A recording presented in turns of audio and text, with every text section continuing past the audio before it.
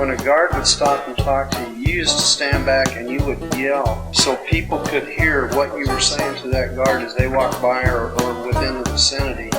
But he knew what a convict was going to do before they thought of it themselves. He'd just been around that long, and he was tough. They'd find Sparky in about every conceivable place you could imagine, which we would, of course, dump. They'd wait until everybody was locked up, and he would open his door and run down to cell 1 and get a bugler can full of Sparky and take it back to his cells. She had a kind of a hypnotic power. There were a great many wild cats around the penitentiary, and most people couldn't get near them. But she would stand in the doorway of the cell house and say, "Kitty, kitty, kitty," and those cats would go to her. All right, welcome, ladies and gentlemen, to another episode of Stool, Pigeon Saturday. Today we have Kelly Horsley in, and he currently actually works at the Idaho State Museum, but he worked out here for quite a while. Do you want to tell us, what you did out here, how long you were here for? Yeah, absolutely. Thanks for having me. I have worked at the old penitentiary in varying capacities over the years. Started out volunteering back in 2016, worked part-time for quite some time, got a full-time role out here, but eventually got a new opportunity at the Idaho State Museum, and that is where I currently work. Hey, Kelly, what's going on at the museum?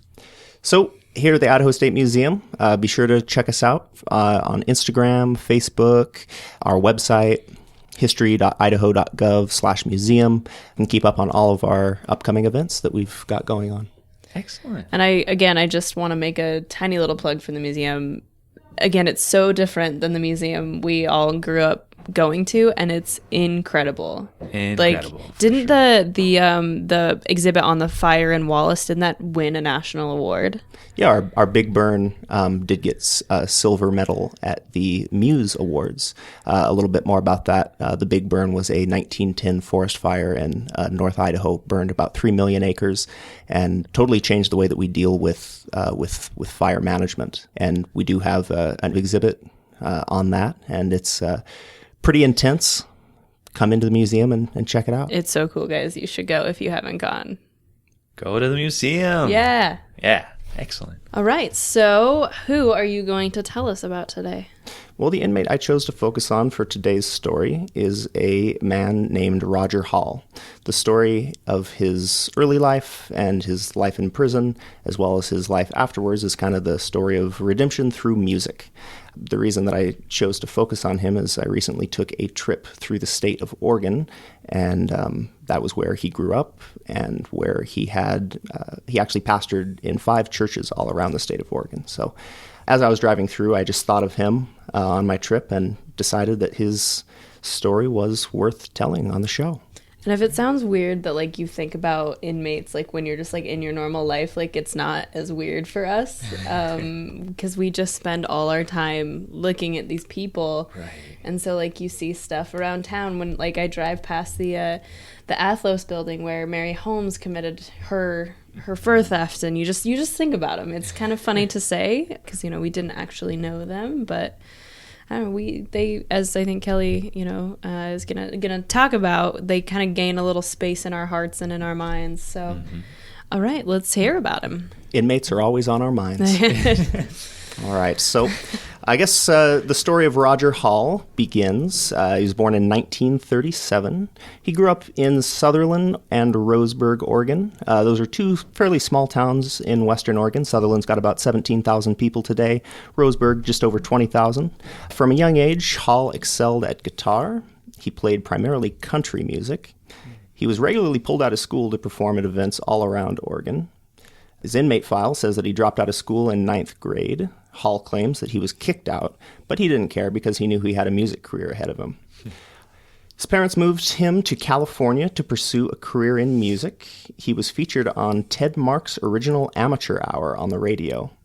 He also earned an audition for Town Hall Party Talent Time in Hollywood. Unfortunately, I couldn't find a date on these performances, nor could I find a recording. But at age 17, Hall decided to change his image a bit, and he formed a rock and roll band. If you think about this was in the mid-50s. Later in his career, he was greatly influenced by none other than Elvis Presley.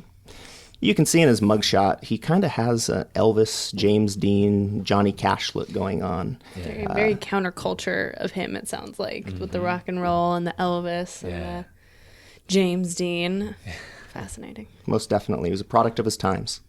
I guess this brings us, seeing as we're talking about his mugshot now, things took a bit of a turn for Rodger.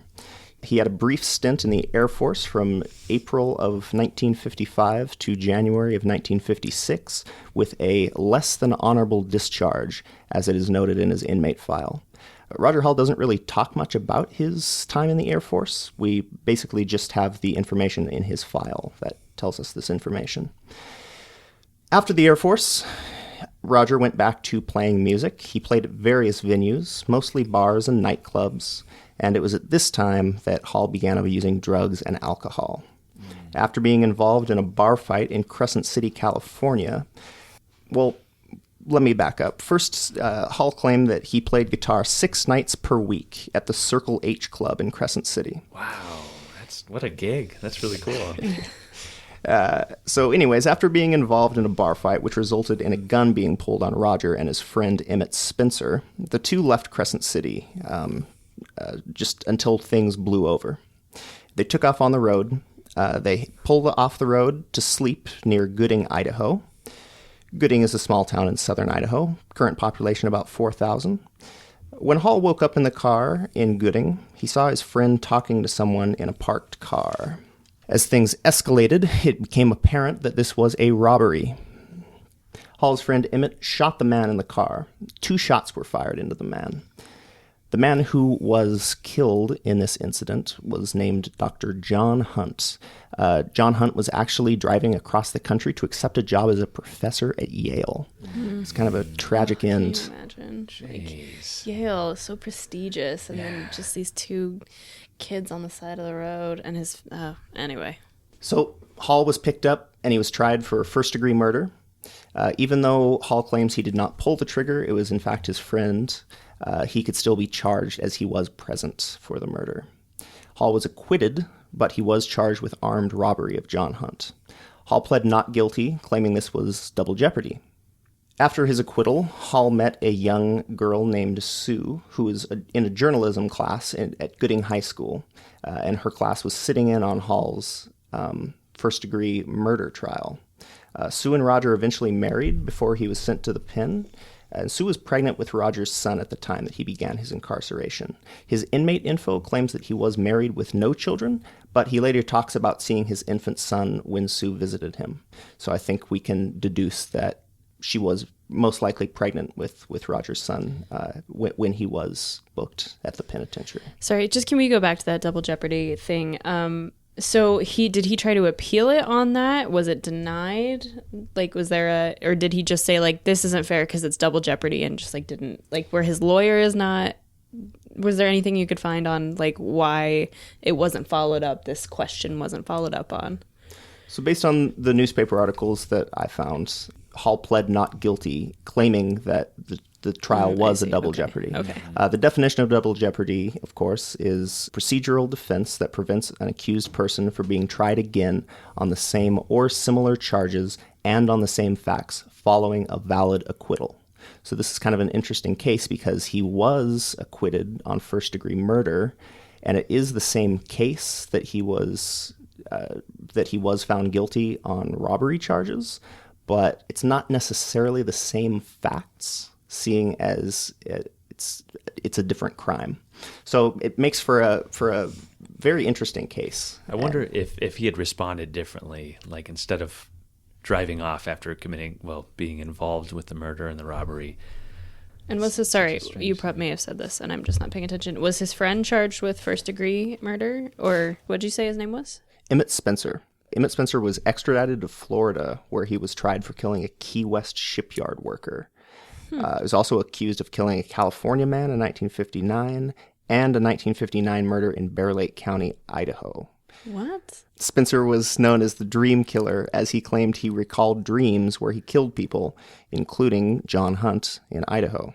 How does Rodger run into a character like this, a murderer like this? This is Dream killer. crazy.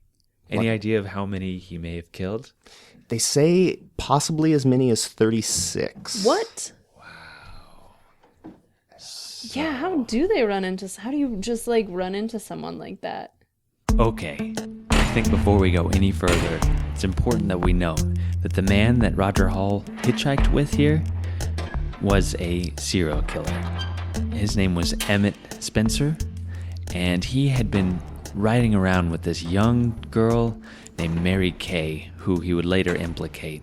And actually digging up his story, I came across a prison magazine from Louisiana State Penitentiary called The Angleite, the prison news magazine. And this is from June 1994. It's volume 19, number 3, and it actually breaks down the whole story of Emmett Spencer and his trek across the country with this young woman.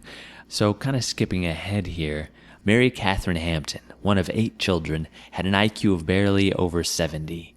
A 9th grade dropout, she lived at home and helped with the younger children. Dark hair and blue-eyed Mary Kay, as she was called, was attractive, despite being a little on the chubby side.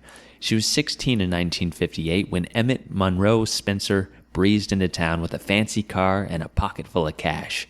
Both the automobile and the money later turned out to have been stolen, but Mary Kay didn't know that, and Spencer initially cut a pretty impressive figure in her eyes. He was slimmer and taller than she, and quite a bit older, and he had a quick, glib way of talking that made his attention to her all the more flattering. He was also a rambling but effective storyteller. Mary Kay Hampton, bored with home and more than a little aroused by her admirer, left Sandy Hook in May 1959 with Emmett Spencer. The road to adventure and excitement stretched before her. And I found on another website that his skin was yellow and he had a spookiness about him, and Mary's mother tried to stop her from going with Emmett, but Mary left with him, and this is what happens next.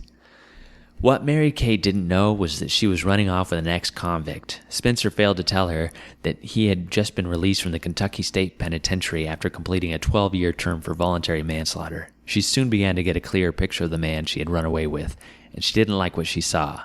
As they traveled together, she quickly learned that he was a hold-up artist with a propensity towards violence. Within a few months, Mary Kay wanted to leave Spencer, but by then she was pregnant and scared to go home.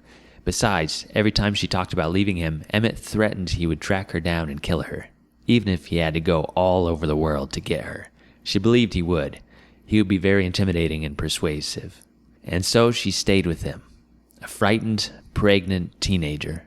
During the 11 months that Mary Kay remained with Emmett, they went to Florida, drifted back and forth across the South, and then headed for the Pacific Northwest before returning to the South via California.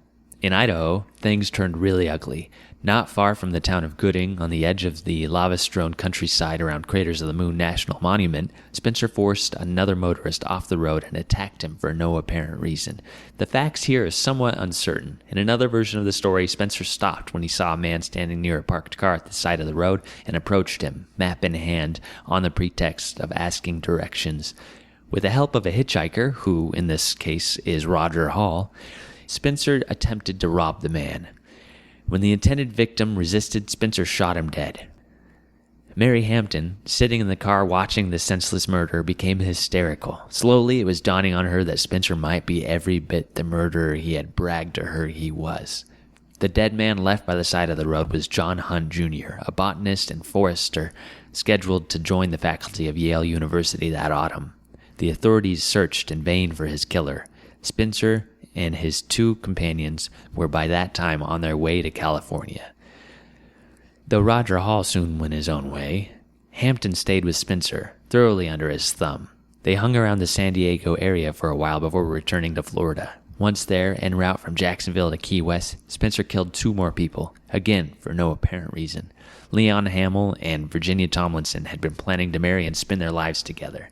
In the end, they did not even die together. Hamill was shot to death at Big Cap at Key, and Tomlinson was stabbed to death near Vero Beach. By then, Mary Kay was truly terrified, fearing for her own life. A couple of times she broke off with Emmett, but helpless, alone, she always went back to him. One time she made it home to Sandy Hook briefly. While she was there, another brutal murder was committed in Key West, which also turned out to be Emmett Spencer's handiwork. Indeed, he bragged about it to Mary Kay when she rejoined him in Florida. Shortly afterwards, on April 14th, 1960, Spencer and Hampton, with yet another hitchhiker, James Job, were driving near Claremont in central Florida when they were stopped by a state highway patrol officer on a routine traffic violation. Spencer was behind the wheel. When asked to produce a driver's license, he did so. The alert officer noticed that the license looked as if it belonged to a considerably older and heavier person. He confronted Spencer, who appeared nervous. The trooper asked all three to get out of their vehicle. As they walked towards the squad car, Spencer bolted. Job, the hitchhiker, tried to stop him. Hampton started to scream. Spencer made a dash back to the automobile, grabbed a hidden pistol, shot and wounded the officer, jumped into the car, and sped off into the night. Hampton and Job rushed to the aid of the police officer, who radioed for backup. After a chase at speeds of more than 100 miles an hour, Spencer was apprehended near Leesburg, about 30 miles away. As he tried to run a police roadblock, some 36 bullets from a machine gun stopped him. He emerged from the car, hands over his head, with nothing but superficial scratches. Authorities traced the bullet-ridden vehicle and quickly discovered that both it and the driver's license Spencer was carrying had been stolen from John T. Keene, a naval-based pipefitter who lived in Key West. When the police went to Keene's small cottage to tell him they recovered his car, they found him lying in bed, dead. He had been robbed and literally hammered to death. In fact, he had been struck with a ball-peen hammer so many times that it was impossible to count the number of blows. Both Spencer and Hampton were taken into custody. While Spencer kept trying to make a deal with the authorities, Mary Kay Hampton told the terrifying story of her months with Emmett. She made a complete statement, which included details of the murder of John Hunt in Idaho. She told about the murders of Virginia Tomlinson and Leon Hamill. She provided information on an unsolved murder in Miami, the knife slaying of Ethel Little. All Mary Kay's disclosures were verified. When she was released by the Florida police, she returned to Kentucky. On August 24, 1960, Spencer was convicted of murdering John Key and sentenced to die in Florida's electric chair. The key to his conviction and death sentence was Hampton's testimony against him. From there, Emmett Spencer actually got a commuted sentence as he led to the conviction of Mary Kay on several murders. The only evidence that officers had against Mary Kay was his word. She would eventually be released after about 6 years in prison, and he would just sit on death row for the rest of his life. Okay, so back to the story of Rodger Hall. Does Rodger mention him at all in his oral history? He does not. Wow, okay. That's so weird. Yeah, that's really Because scary. Rodger's so, like, even though he was involved in this crime, he doesn't seem like he's that kind of person. No. That's crazy. I will say the beginning of the oral history is pretty much inaudible, very, very low quality. And the part that you can actually start making out what they're saying is when he starts talking about his life at the Idaho State Penitentiary. So he may have mentioned it earlier when he talks about, I mean, I would have to imagine the oral history began talking about his early life, but yeah, there's no mention of it in his oral history. Wow. Dude. Yeah, that crime spree is so wild. 36, like, that's crazy number, so I was curious, and yeah, it sounds like a freaking wild time. Yeah. So that, I guess, brings us to Rodger's time here at the Idaho State Penitentiary. So he was sentenced 25 years for robbery, again, in Gooding County, Idaho. He was received at the pen December 22nd, 1961. Brown eyes, light brown hair, and married. Most of the information that we have on Rodger's time here at prison is information that we were able to gather from a 1993 oral history by Christine Brady out here at the penitentiary. So Hall tells us his job at the penitentiary was in the hospital, and he also worked in the captain's shack. His job was to go to different yards and find inmates who had visitors. The job title was runner. The other runner assigned cells to inmates. No, when I first arrived, I worked in the cap shack as a runner. And they would send me to 1 yard, 2 yard. I had to go find prisoners that had visitors and so on and so forth. Or if they wanted to send word out to the front for some reason or other and they couldn't call, this type of thing. When I went into the prison hospital, I went in as the janitor because I had a life sentence, basically, to do 8 years and 4 months. And the guy that was there already, the nurse, was there for life. But he was wheeling and dealing and selling contraband, and he got caught selling some coffee on the yard, and they busted him, and so took him out of that job and put him in just a regular job. And then a month later, he was paroled for, I think, went home. So, and then I got to be a nurse. Well, I didn't know nothing about being a nurse. I absolutely knew nothing about being a nurse. And they give me a little room there, and all the medical books, dated back to the 1800s, The only thing that was in there was a little book that was called A Nurse's Handbook. And that's what I studied, but I can remember how scared I was because I didn't know how to take a blood pressure. I didn't know how to do any of these things. I never had time to learn any of them. No training? No training, no. Doctor? Well, the doctor came on Tuesdays and Fridays, I think it was. His name was Dr. Rigger. He was basically did women's surgery here in Russia at that time. And he was really a nice guy. And I learned an awful lot from him. But when he was gone, then it was all my responsibility. And the sick line ran every day. And you would run from anywhere 50 to 100 men every day, coming and complaining about different things. So when the doctor would come, I would sit at a table, and the doctor would examine the inmate, and he would say, give so-and-so this and this and this and this. And he'd tell me what it was, and so forth. And so then every day when the inmate would come, I would dispense the medicine to him, and so forth. But if something happened to an inmate when the doctor wasn't here, that was my responsibility.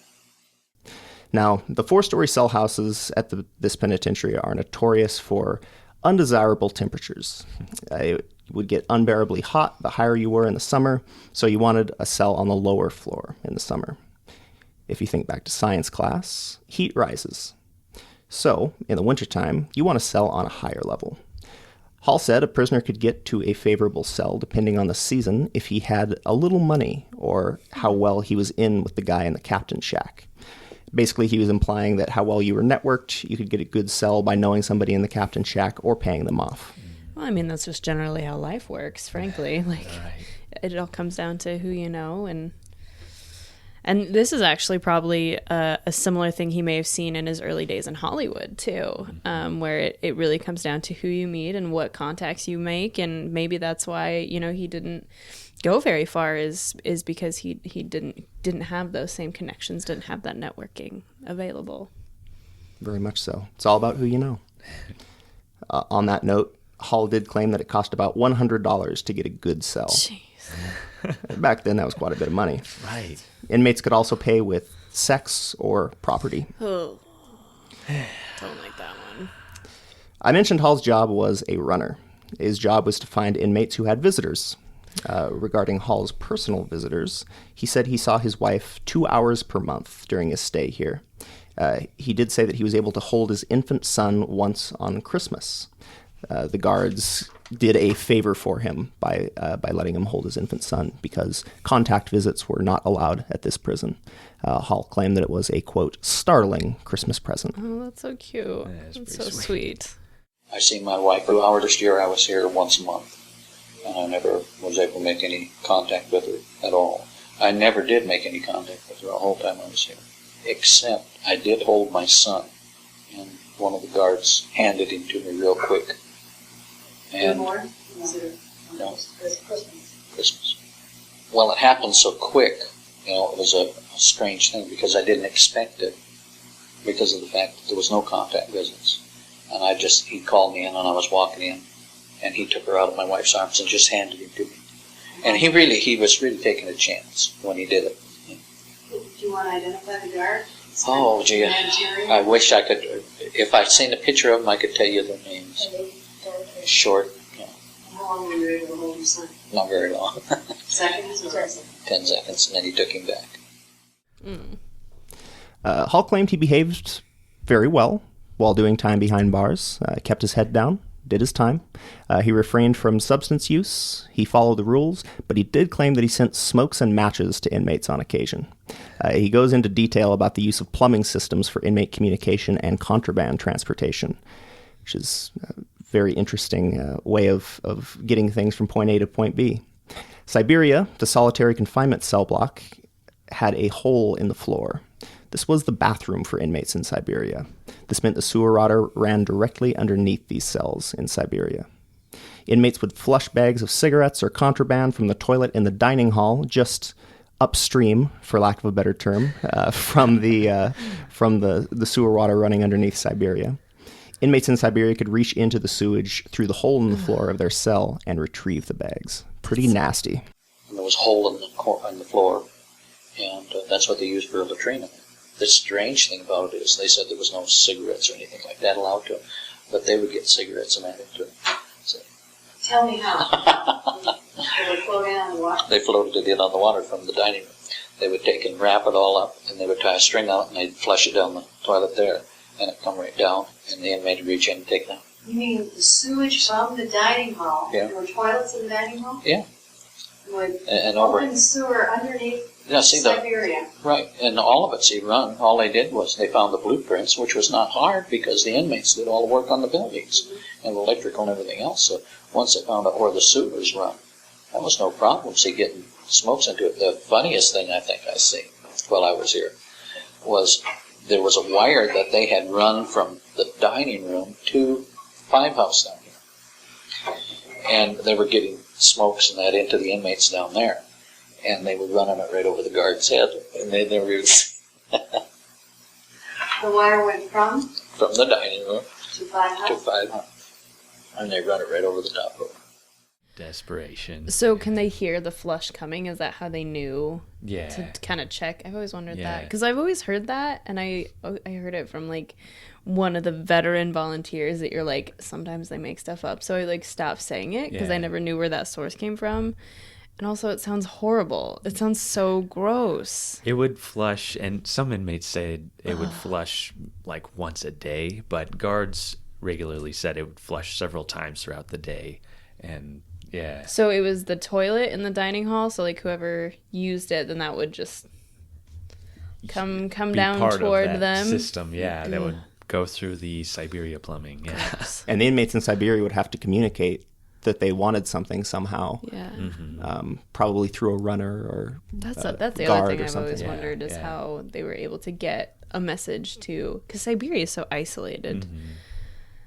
You have to time it just right. Yeah, it's like more so than like the average inmate where you can like get word around the yard because you're allowed to just like wander. But in Siberia, you're stuck in there 24 hours a day. So how do you get that word out? If you just have friends on the outside, they're going to show their support of you by sending you these smokes and things. Like I don't think necessarily they were making an order.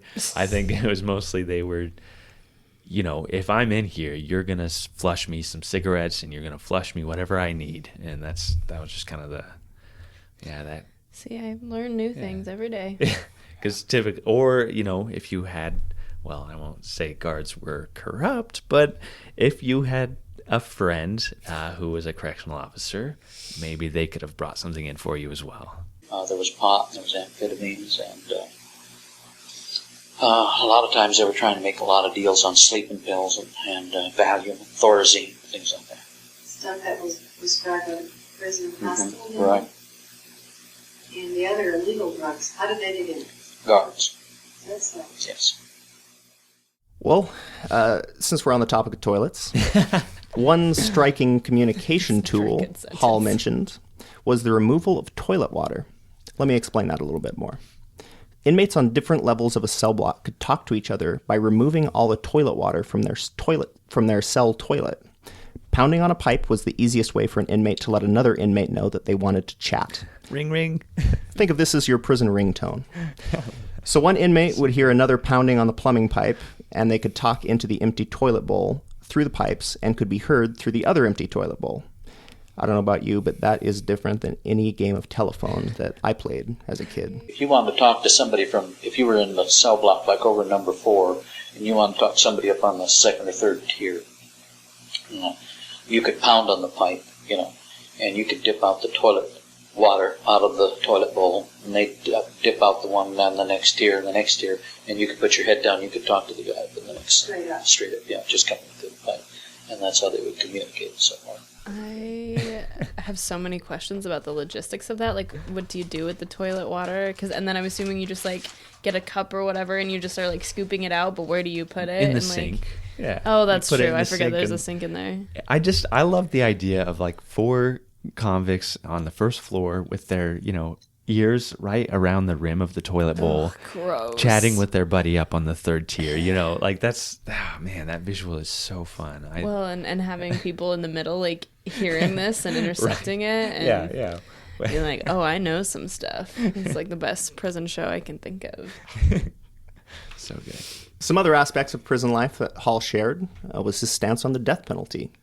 Hall claimed that at his trial, he would have rathered the death penalty than 10 to life, or 25 years like he got. Wow. He said he'd rather die than serve time. He also expressed his disdain for snitches, both in prison and afterward. And this Stool pigeons. Huh. Snitches, you say? This I can understand. I mean, nobody likes a tattletale, let's be honest. Hall had an active role in the church at the pen. The president of the Bible college would come to the prison once per week. Hall claims this is how he got started selling Bibles. After his release, Hall claims he never kept his past a secret. He was very open about his crimes. He learned from it. He gave his testimony to schools in hopes that others can learn from his story. I never had any problems, and I never kept it a secret. Even the schools where we've lived, I've gone and given my testimony at the schools and so forth, and talked about prisons and drugs and drinking, the whole thing. And my kids go to school. My kids all knew it. I never had a problem. I lost one job for being an inmate, and that was shortly after I got out of prison. But as far as the job-wise or anything else, it has never affected me at all. And people who say, well, I can't get a job because of this and that, I don't buy that. That's a cop-out. You can do anything that you want to do, and if you go out there, and the thing is that they go out and they use all this slang from the prison and so forth, and the prison language and so forth. And I didn't. I wasn't going to become institutionalized. I made up my mind. After Hall's release in 1965, he continued his love of music and God, kind of melded the two together, and he began recording Christian albums. He claims that he was offered to record more mainstream music, but he denied those chances because he knew that that they'd want him to sing about things that were not about God. On the back of the final album of When I Met the Master by Rodger Hall, the producer Wesley Tuttle wrote this inscription: "One of the greatest challenges in my ministry came to me during a revival meeting in Caldwell, Idaho in February of 1965, when I first met and visited with Rodger Hall. This meeting was unique in that it took place not in the church auditorium nor the pastor's study, but behind the cold gray walls of the Idaho State Penitentiary, where Rodger was in the 3rd year of a 25-year sentence. After spending an hour with Rodger and hearing of his love of Christ and knowing of his heartwarming singing ability, I made a vow that with the Lord's help, I would spare no effort in trying to secure his release so that he could take his powerful testimony to all people, especially young people. Praise God, this was accomplished 11 months later. I give thanks to my Lord for the joy of having seen a small cog in the wheel of justice that, through the prayers of thousands of Christians, has seen Rodger come out of prison and take his stand for Christ. And I am grateful for the opportunity and blessing of producing this, his first album." Rodger says, "I am now doing what I have always searched for. It took something drastic to get me here, but now I am doing what God wants. I hope my life will serve as a warning to young people of the trouble they can get into and thus prevent them from falling into the same traps that sent me to prison." While in prison, Rodger completed 2 years of Bible study and hopes to complete his training to become a minister. So aside from recording Christian albums, he went on to pastor at 5 different churches throughout the state of Oregon. And he also traveled around quite a bit, giving talks, again, to school kids. And he would do like a guest pastor appearance. In fact, he did one in Gooding, which is the first time that he returned to Gooding after his crime. Rodger Hall passed away June 6th, 2004 in Sisters, Oregon in a horse riding accident. He was 65 years old. So Again, this is just kind of a story of a young man who was basically a child prodigy, very, very talented in music, went down the wrong path with drugs, alcohol, crime, made his way to prison, made the best of his time in prison, I would argue, and was released, owned up to his past, and tried to influence younger people by telling his story to them. And again, went on to live a life as a pastor, and did return to his home state of Oregon, where he lived the rest of his life. Mm-hmm. But the thing is that here's the thing: you hear about all these people that don't make it. Over and over again, you hear about inmates who are sent back to prison, or they robbed this place, or they did that, and so forth. But how many of them do you ever hear about that make it?